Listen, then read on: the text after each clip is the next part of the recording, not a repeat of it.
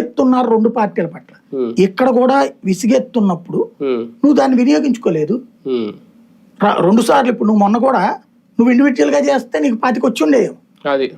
కానీ నువ్వు అదేమంటావు రాష్ట్ర ప్రజల కోసం.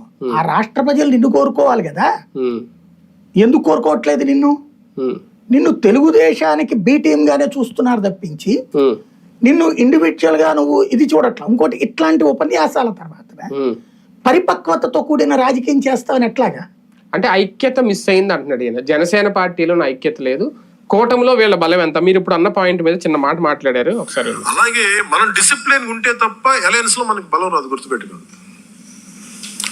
అలయన్స్ కూడా దేనికైనా ఉంటుంది, నేను చెప్పాను కదా, కొంత దీనికి సమయం ఉంటుంది.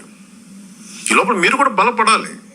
బలపడడం అంటే కూర్చోబెట్టి పదవులని కాదు, ఏకభావంతో ఏకాభిప్రాయంతో ఉండటం. అవన్నీ లేకుండా పదవులు రాగానే అదే అందరూ చప్పబడిపోయారండి అనిపించింది. ఇన్ని వేల పదవులు ఇస్తే ఉత్తేజం పొంది బలంగా ఉంటారంటే ఎవరు మాట్లాడటం మానేశారు. అలయన్స్ లో బలం రావాలంటే మీరందరూ ఏకాభిప్రాయం మీద ఉండాలి, మన బలం అప్పుడే పెరుగుద్ది. అంటే ఈయన వేరే పార్టీకి సజెషన్ చెప్తున్నట్టు అనిపించింది, తర్వాత వింటే అదే ఆయన గురించి అని అర్థమైంది. నేను చెప్తున్నది అదే పరిపక్వత లేని పాయింట్ ఏంటంటే, ఇప్పుడు ఈయన అనేది ఏంటి, పదవిలోకి వచ్చిన తర్వాత ఇప్పుడు పదవిలో ఉన్నోడు స్ట్రాంగ్ గా ఉన్నాడు.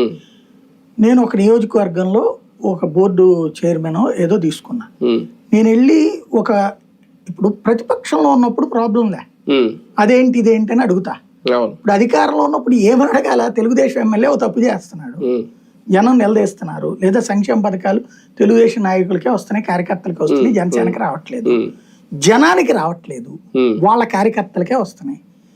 ఈ విషయం ఆ కార్యకర్త అడిగాడు అనుకో, నువ్వేమంటున్నావు, అలయన్స్ కి విరుద్ధం అంటున్నావు.